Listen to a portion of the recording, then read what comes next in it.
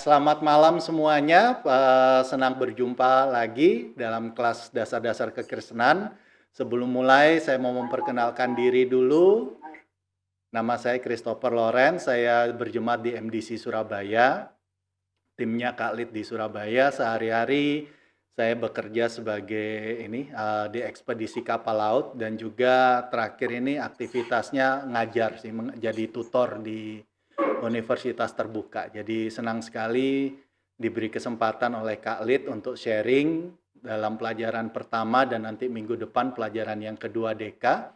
Jadi kenapa dasar-dasar kekristenan ini, kelas DK ini cukup penting bagi kita orang percaya sehingga gereja MDC cukup concern sehingga mengharuskan sebenarnya dalam tanda petik mewajibkan seyogyanya setiap anggota sebelum menjadi member, sebelum menjadi jemaat dari MDC, seyogyanya mengikuti kelas dasar kekristenan ini. Karena kelas dasar kekristenan ini merupakan seperti kalau kita beli TV atau beli alat elektronik yang lain, atau paling gampang kita kalau membeli gadget, membeli iPad misalnya, kita pasti ada buku petunjuknya gitu ya. Nah sama, kelas dasar kekristenan ini fungsinya sebenarnya hanya seperti memberikan guideline dasar, jadi buku petunjuk dasar. Kalau orang yang belum pernah punya iPad, tiba-tiba dia beli iPad, kemudian dia tidak tahu iPad-nya mau diapakan gitu ya. Ada orang yang beli iPad kemudian marah-marah sama temannya. iPad ini beli mahal-mahal 20 juta,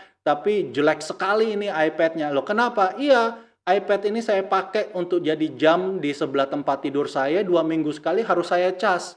Padahal kalau saya beli jam waker yang 30.000 itu jam baterainya nggak habis-habis, 1 bulan, 2 bulan kadang nggak habis baterainya. Jadi iPad ini walaupun harganya 20 juta tapi ternyata kalah sama jam waker gitu ya. Nah ternyata kenapa orang ini beranggapan iPad itu jelek? Apakah memang iPad-nya jelek? Tapi bukan masalah iPad-nya jelek kan, tapi lebih karena orang ini tidak tahu bagaimana seharusnya memanfaatkan iPad itu dengan semaksimal mungkin. Nah sama, kita sebagai orang percaya sebenarnya di dalam kekristenan ini sama seperti kalau saya ibaratkan seperti iPad, kekristenan ini punya 1001 macam fitur gitu ya. Di dalam Tuhan kita memiliki 1001 macam fitur yang sebenarnya bisa kita manfaatkan, bisa kita gunakan untuk memiliki satu kehidupan yang berdaya, satu kehidupan yang maksimal. Itu yang biasa kita bilang sebagai kehidupan kekristenan yang maksimal, yang berdaya, yang berkuasa. Nah, tetapi sayangnya banyak orang yang tidak tahu kalau di dalam kekristenan itu ada berbagai macam fitur yang bisa dipakai. Akhirnya menjadi seperti orang tadi, membeli iPad mahal-mahal 20 juta, endingnya hanya digunakan sebagai jam meja gitu ya. Dan kemudian mengeluh, wah ternyata iPad itu jelek. Nah, jadi dasar kekristenan sebenarnya fungsinya untuk itu, memberikan kita sebuah guideline dasar. Tentunya nantinya ketika kita bertumbuh sebagai orang Kristen, apa yang kita pelajari dalam kelas dasar kekristenan ini tidak statis. Ini hanya memberikan satu basic saja yang mana nanti tiap-tiap dari kita tentunya di dalam perjalanan kita dengan Tuhan itu pasti ada pengembangan-pengembangan, ada pemahaman-pemahaman, pewahyuan-pewahyuan yang baru yang akan membuat kehidupan kekristenan kita itu menjadi semakin kaya. Oleh karena itu, orang Kristen yang baru bertobat 1 hari dengan orang Kristen yang sudah bertobat 10 tahun tentunya memiliki kedalaman di dalam kekristenan yang berbeda seharusnya gitu ya. Seharusnya seperti itu. Nah, oleh karena itu saya senang sekali diberikan privilege untuk sharing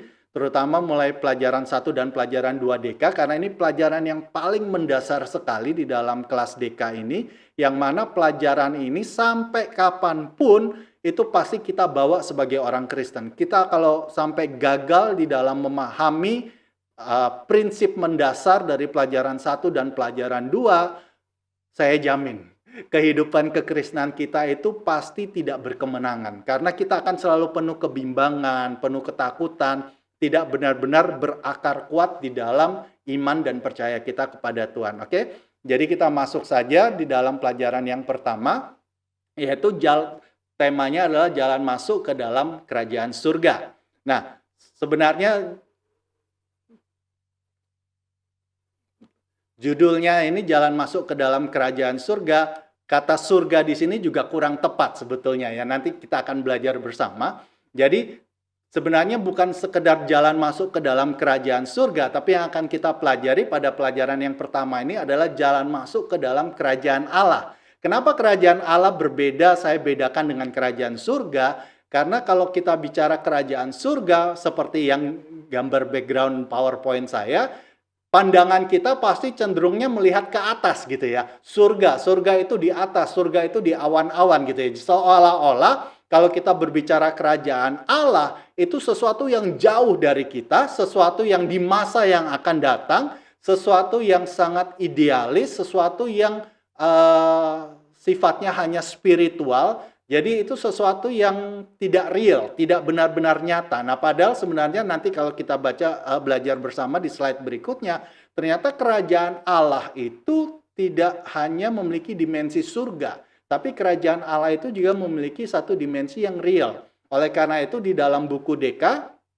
kalau dipelajari di hari kedua atau hari ketiga dikatakan bahwa kerajaan Allah itu terdiri atas kebenaran, damai sejahtera, sukacita oleh Roh Kudus. Ayat yang lain dikatakan, carilah dahulu kerajaan Allah dan kebenarannya, maka semuanya itu akan ditambahkan kepadamu. Nah, pertanyaan yang mendasar yang sebenarnya harus kita gali adalah, jadi sebenarnya kerajaan Allah ini apa gitu loh. Ketika Alkitab bilang kerajaan Allah, Yesus katakan kerajaan Allah sudah dekat, bertobatlah gitu ya.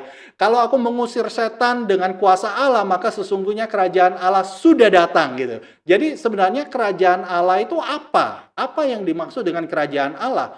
Kok Paulus di surat Roma dikatakan kerajaan Allah itu berbicara kebenaran, damai sejahtera, sukacita. Berarti kerajaan Allah itu bukan sesuatu yang real. Kerajaan Allah itu sebuah perasaan gitu ya. Sebuah perasaan damai, sebuah perasaan sukacita. Apakah kerajaan Allah itu perasaan? Kemudian Matius 6:33, tapi kerajaan Allah disuruh dicari dulu. Kok harus dicari-cari kerajaan Allah? Apa sih? Nah, kalau kita lihat dari definisi katanya dalam bahasa Yunani, kata kerajaan sendiri biasa yang digunakan kata adalah basileia. Basileia atau kata kerajaan yang dipakai di dalam perjanjian baru kita. Kata basileia ini itu kalau menurut kamus Strong Dictionary, dia menerjemahkan sebagai kata basileia ini not to be confused with an actual kingdom, but rather the right or authority to rule over a kingdom. Jadi basileia atau kerajaan ketika digunakan di dalam perjanjian baru itu bukan sekedar berbicara tentang sebuah teritori atau sebuah wilayah. Bukan sebuah kerajaan kayak kerajaan Majapahit, kerajaan Sriwijaya itu kan kita bicara sebuah teritorial ya, satu daerah, satu wilayah teritorial yang dimiliki oleh kerajaan Majapahit, kerajaan Sriwijaya. Tetapi kalau basileia itu lebih kepada hak, right, or authority. Jadi hak atau otoritas atau wewenang untuk memerintah atas sebuah wilayah, atas sebuah kerajaan. Jadi basileia itu lebih berbicara tentang otoritas. Oleh karena itu lebih tepat kerajaan Allah, kalau kita membaca kerajaan Allah di dalam Alkitab, maka kita harus memahami ketika Yesus bilang kerajaan Allah, itu adalah sebuah wilayah atau sebuah daerah atau sebuah kondisi, bisa juga sebuah kondisi, situasi di mana Allah itu menyatakan kuasanya atau otoritasnya atau wewenangnya secara penuh untuk memerintah pada saat itu. Oleh karena itu kerajaan Allah ini sebenarnya itu sangat fleksibel. Kerajaan Allah itu sangat fleksibel karena dimanapun Allah memerintah, maka disitulah kerajaan Allah hadir. Sederhananya seperti itu. Jadi makanya tadi saya katakan kalau dikatakan kerajaan Allah itu hanya melingkupi surga saja, itu tidak tepat. Karena kerajaan Allah itu bukan hanya surga. Ketika Yesus mengusir setan, ketika setiap dari kita orang percaya mengusir setan, ketika kita mendemonstrasikan otoritas, wewenang, kuasa Allah, maka pada saat itulah, di tempat itulah, kerajaan Allah itu nyata. Kerajaan Allah itu termanifestasikan, terwujudkan. Jadi kerajaan Allah itu kalau ditanya di mana kerajaan Allah, ya di mana-mana. Sepanjang otoritas wewenang Allah dimanifestasikan, diwujudkan, maka disitulah kerajaan Allah nyata.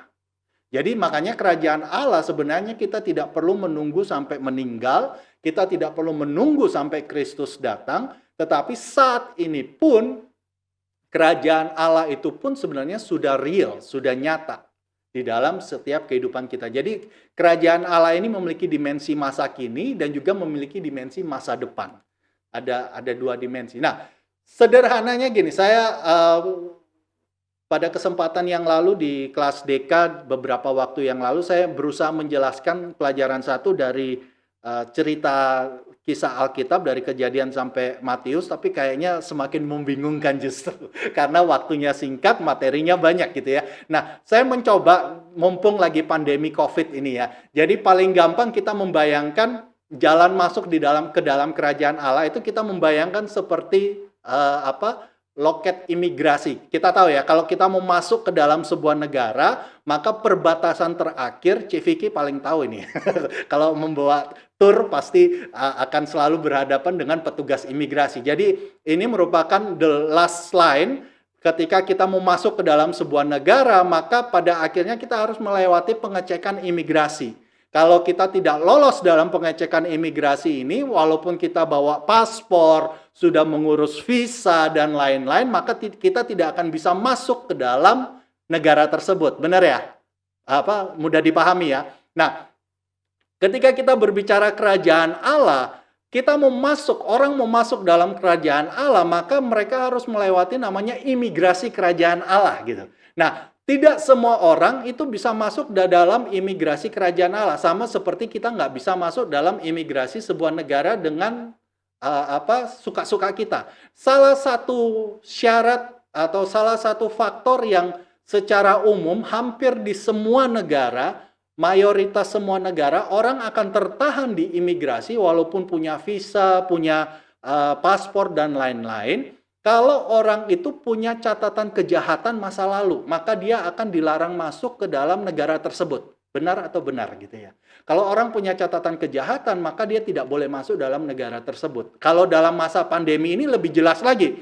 Orang yang berasal dari negara, kita sebut saja yang paling terakhir itu yang booming kasusnya misalnya waktu itu India. Maka semua orang yang berasal dari negara India itu dilarang masuk ke negara Australia misalnya. Terserah orang itu membawa virus atau tidak membawa virus, sepanjang dia berasal dari India, maka orang tersebut tidak bisa masuk ke dalam negara Australia gitu ya. Nah, karena ada catatan kejahatan ini, karena berasal dari negara yang dicurigai sebagai yang sedang mengalami wabah COVID, maka kita itu dianggap sudah memiliki sebuah kejahatan. Walaupun misalnya kita bilang, loh, saya belum pernah melakukan kejahatan di Australia.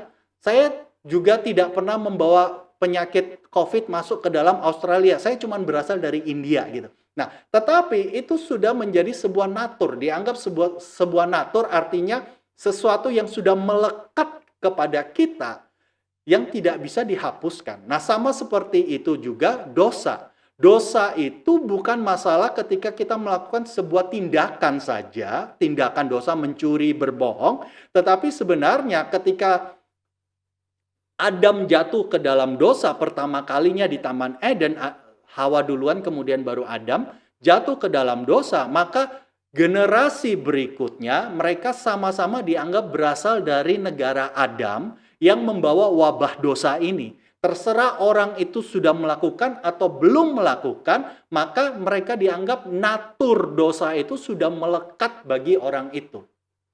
Natur ini tidak bisa dihilangkan. Natur ini tidak bisa ditutupi. Natur ini sudah ada di dalam diri setiap orang. Nah, karena natur ini sudah ada, maka otomatis setiap dari orang yang menjadi keturunannya Adam, cepat atau lambat, dia pasti akan melakukan tindakan-tindakan dosa. Dia akan menjadi seorang pendosa yang akhirnya berakibat kepada hukuman. Orang yang tinggal di negara India yang tidak dapat vaksin, tidak dapat apa-apa, cepat atau lambat mereka akan menjadi karier virus COVID. Walaupun mungkin mereka OTG, tapi mereka menjadi karier virus COVID. Nah, sama. Ketika kita menjadi keturunannya Adam, Ada orang bilang, "Kenapa sih Tuhan dulu pilihnya Adam?" gitu ya. Ya nasib, ya memang nggak tahu, nanti kalau udah kembali baru tanya Tuhan ya, Alkitab tidak menjelaskan.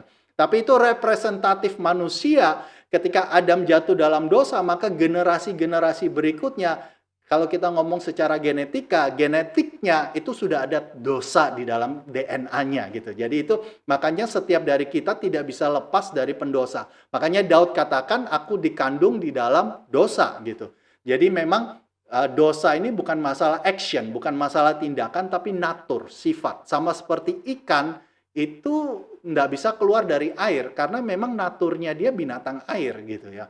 Nah, dan yang ketiga, akibatnya adalah kita sebagai seorang pendosa, orang yang punya catatan kejahatan, itu kita tidak bisa menghapus catatan kejahatan kita. Nggak bisa. Iya kan? Kita mau bilang sama petugas imigrasinya, "Loh Pak, tapi loh, saya sudah 10 tahun dan saya tidak melakukan tindakan kejahatan apa-apa." Tapi nggak bisa. Catatan kejahatan itu akan terus mengikuti kita. Jadi kita akan tertahan di imigrasi. Kita tidak bisa masuk ke dalam kerajaan Allah. Setiap dari kita, setiap dari manusia, itu tidak akan mampu, tidak akan bisa masuk ke dalam kerajaan Allah dengan usahanya sendiri. Karena dia sudah ternoda gitu ya, sudah ada natur dosanya. Nggak bisa. Nah, satu-satunya cara untuk orang bisa masuk ke dalam negara tersebut, bisa diterima oleh imigrasi tersebut, satu-satunya cara gimana? Satu-satunya cara kalau orang tersebut mendapatkan amnesti presiden gitu ya.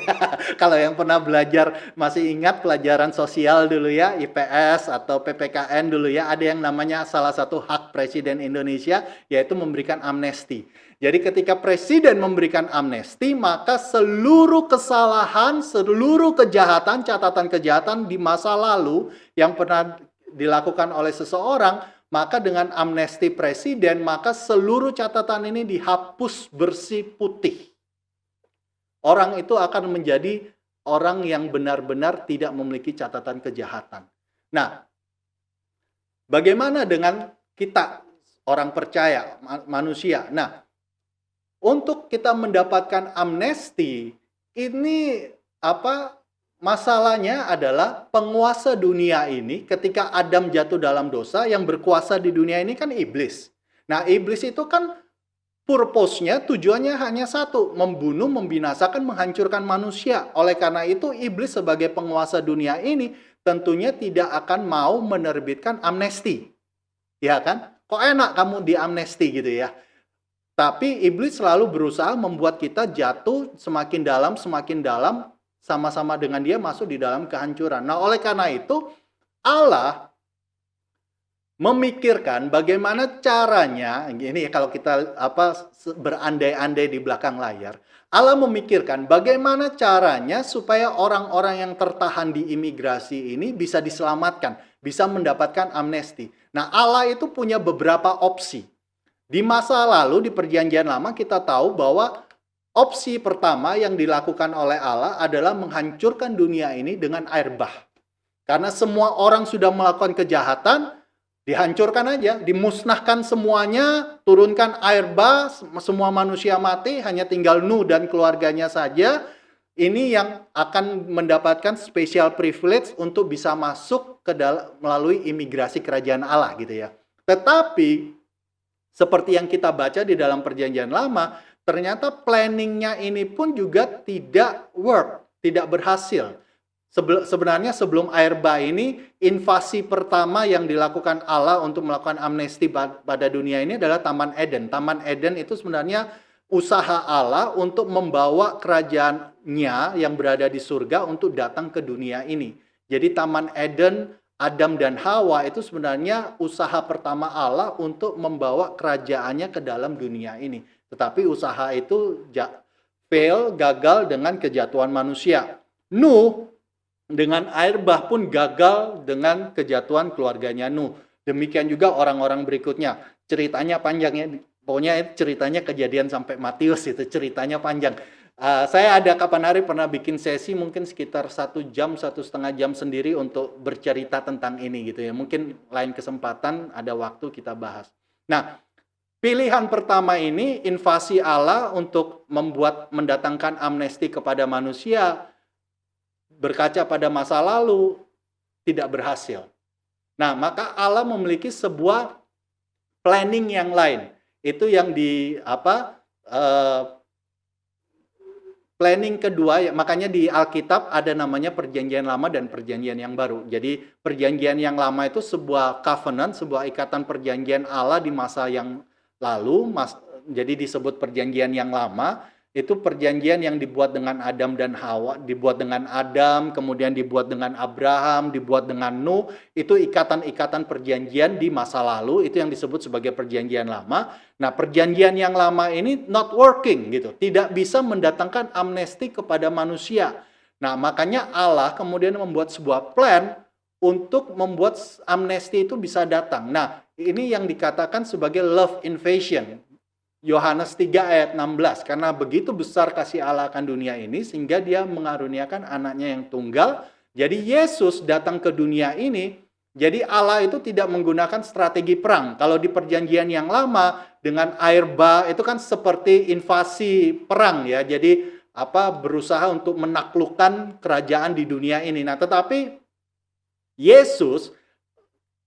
kedatangan Yesus ke dunia itu berbeda. Dia berinkarnasi menjadi manusia, menjadi sama. Jadi istilahnya Yesus itu menjadi warga negara, misalnya Yesus itu menjadi warga negara India, misalnya kayak gitu. Yesus itu menjadi warga negara India, dia asalnya warga negara Australia, tapi dia pindah ke India menjadi warga negara India.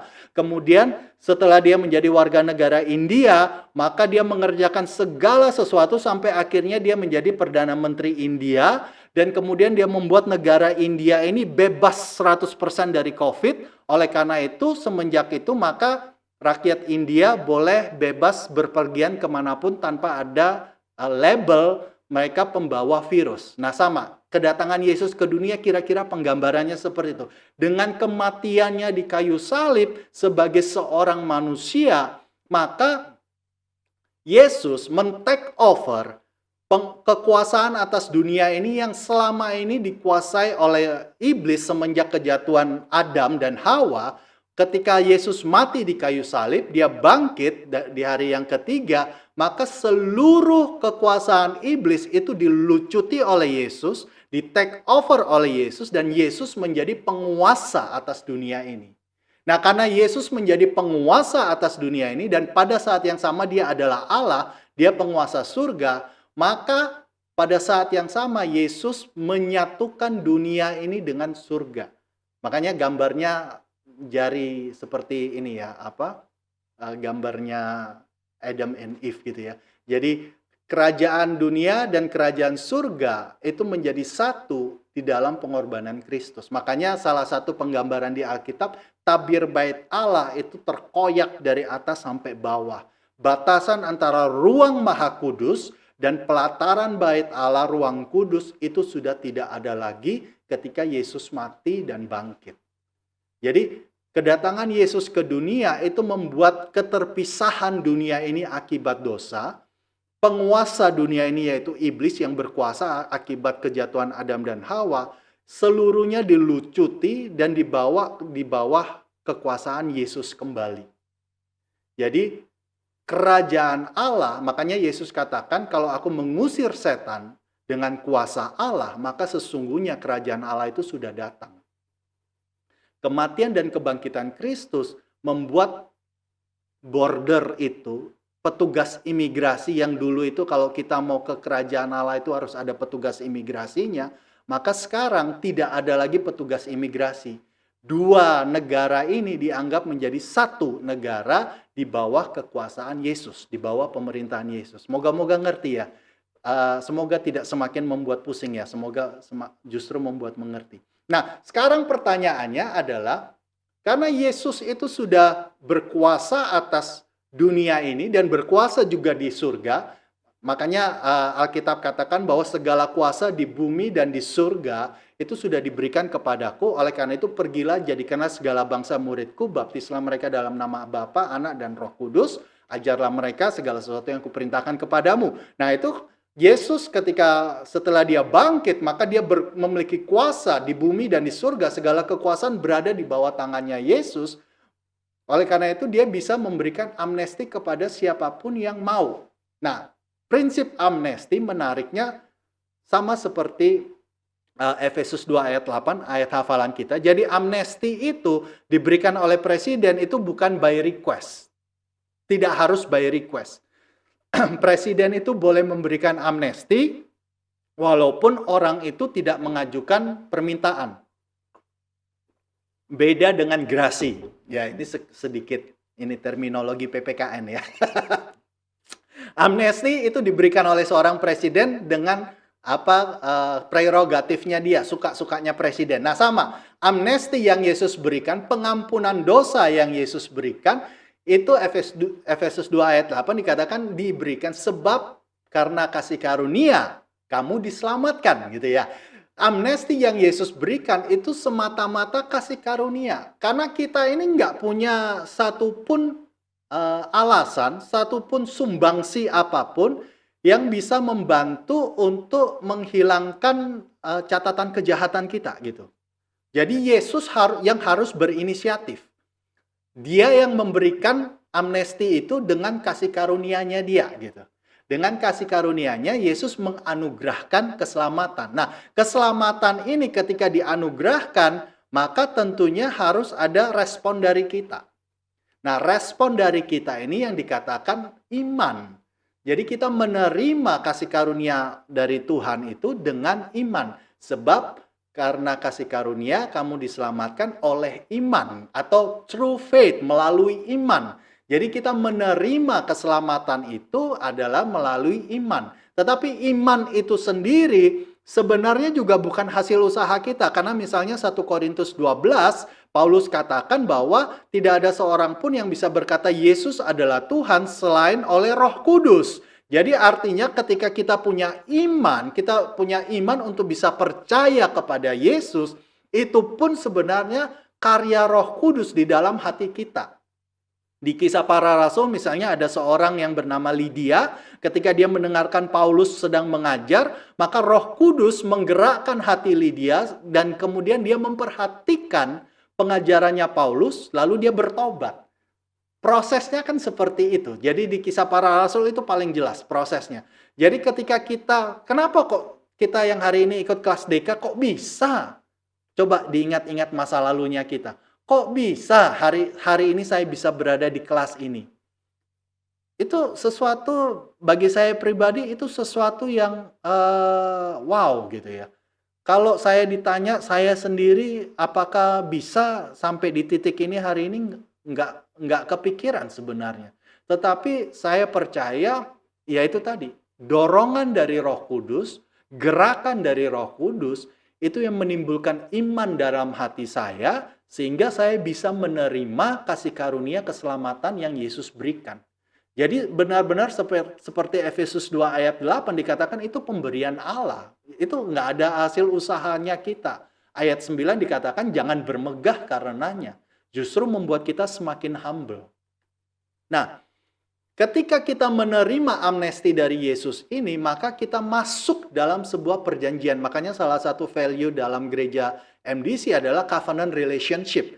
Karena sebenarnya di dalam Alkitab, semenjak dari Kejadian sampai Wahyu, semua hubungan antara Allah dan manusia itu selalu hubungan yang didasarkan pada sebuah ikatan perjanjian.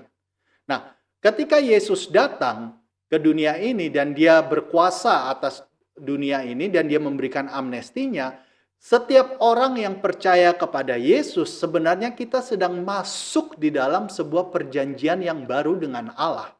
Makanya kalau ditanya titik lahir baru kita, kalau ditanya titik pertobatan itu susah, karena pertobatan berangsur-angsur. Tapi kalau ditanya titik lahir baru, kapan kita dilahirkan kembali, biasanya secara konsensus, selalu dikatakan titik lahir baru itu adalah ketika kita mengaku Yesus sebagai Tuhan dan Juru Selamat dengan mulut kita dan percaya dalam hati kita bahwa dia dibangkitkan oleh Allah, dia adalah benar-benar Tuhan, maka pada titik itulah kita mengalami kelahiran kembali, titik lahir baru. Nah, pengakuan itu sebenarnya apa sih? Pengakuan itu sebenarnya sebuah seal, sebuah kesepakatan bahwa ya, saya membuat sebuah ikatan perjanjian dengan Allah bahwa mulai hari ini saya mengakui Yesus sebagai Tuhan, mengakui Dia sebagai satu-satunya Lord, satu-satunya Tuhan dari segala Tuhan di atas kehidupan saya, bahwa apapun yang Yesus katakan, saya ya dan amin akan melakukannya. Jadi itu arti pengakuan itu. Jadi betul-betul berbicara ikatan perjanjian. Ketika kita mengakui Yesus sebagai Tuhan, itu bukan lip service, tapi benar-benar sebuah komitmen, sebuah covenant, ikatan perjanjian, bahwa saya mau turut Yesus, apapun yang Dia katakan, walaupun orang lain berkata lain, walaupun kondisi saya seperti apapun, dalam suka maupun duka gitu kan, saya tetap setia mengiring Yesus. Itu makna dari doa kelahiran baru kita. Mempercayai Dia sebagai satu-satunya juru selamat. Artinya di luar Yesus saya tidak percaya bahwa ada pihak lain yang bisa membantu saya untuk menghapus dosa-dosa saya. Hanya Yesus saja yang bisa mendatangkan amnesti di dalam kehidupan saya.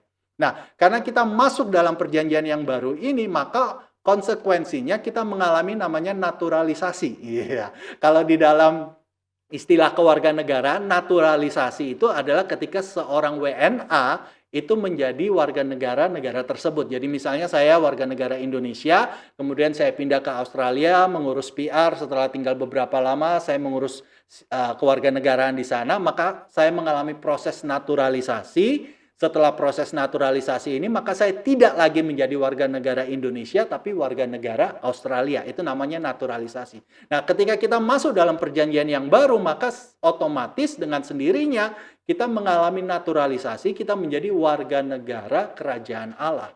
Kita menjadi warga kerajaan Allah. Kita tidak lagi menjadi warga kerajaan iblis, warga kerajaan kegelapan. Kita menjadi warga kerajaan Allah. Nah, buktinya apa kita menjadi warga kerajaan Allah? Meterai atau pengesahan yang Allah berikan adalah Roh Kudus. Ketika setiap dari kita menerima Roh Kudus, itu meterai. 2 Korintus 1:22 dan Efesus 1 ayat 14 dikatakan Roh Kudus itu adalah meterai keselamatan kita. Dan Roh Kudus yang sama itu pun merupakan, dia adalah down payment-nya, jaminannya bahwa kita akan menerima keseluruhannya nanti gitu ya. Itu down payment-nya. Kalau kita misalnya beli mobil atau apa gitu kan ada down payment-nya ya. Jadi sepanjang dealer itu pegang down payment-nya kita, maka dia percaya bahwa satu titik tertentu bahwa kita akan melunasi mobil itu untuk kemudian kita beli gitu ya. Nah, sama Roh Kudus itu merupakan jaminan untuk semua janji-janji Tuhan yang sudah Tuhan berikan di dalam kehidupan kita, termasuk hidup yang kekal. Oleh karena itu, MDC percaya bahwa keselamatan itu tidak bisa hilang. Keselamatan itu merupakan sebuah janji yang pasti, karena Roh Kudus sendiri yang menjadi meterai dan jaminannya. Di dalam perjanjian yang baru, tidak pernah ada kejadian Roh Kudus itu keluar dari seseorang. Beda dengan perjanjian lama, Roh meninggalkan Saul. Tetapi di dalam perjanjian yang baru, tidak pernah ada kejadian Roh Kudus keluar dari diri seseorang. Karena Roh Kudus itu di dalam perjanjian yang baru, dia tinggal di dalam kita. Bukan sekedar hinggap, tapi tinggal. Dan kemudian Roma 11 ayat 29, sesuatu yang luar biasa lagi, dikatakan bahwa Allah tidak pernah menyesali kasih karunia dan panggilannya. Saya suka terjemahannya dari NET Bible. Kasih karunia Allah itu irrevocable. Itu tidak bisa ditarik kembali, tidak bisa dibatalkan, itu final. That's it, titik, tidak ada koma gitu ya. Oleh karena itu makanya MDC mempercayai bahwa kasih karunia keselamatan itu sifatnya satu kali untuk selamanya. Once for all. Karena kita menerimanya pun bukan karena tindakan kita. Jadi masakan kita ketika diselamatkan dalam kondisi berdosa, Tuhan sudah menyelamatkan kita. Kemudian ketika kita jatuh dalam dosa, maka kita kehilangan keselamatan itu. Logikanya sendiri kan nggak masuk gitu ya. Jadi, dan apalagi sepanjang Roh Kudus ada di dalam diri orang itu, maka itu menjadi sebuah meterai, menjadi sebuah jaminan bahwa keselamatan yang kita miliki itu sesuatu keselamatan yang pasti. Nah, oleh karena itu kita pun juga harus melihat keselamatan itu bukan sekedar masalah masuk surga atau masuk neraka. Seperti yang saya jelaskan tadi, Keselamatan itu berbicara kita masuk dalam satu hubungan covenant, satu ikatan perjanjian yang baru. Jadi jangan disempitkan hanya masalah masuk surga, tetapi keselamatan itu sebenarnya lebih luas daripada sekedar masuk surga. Bahkan nanti di pelajaran 12 ya, dicatat ya, di pelajaran 12 nanti baru ditanyakan ya. Di pelajaran 12, kalau nanti sampai di pelajaran 12, ending orang percaya pada akhirnya pun bukan di surga gitu ya. Mungkin ada yang belum tahu.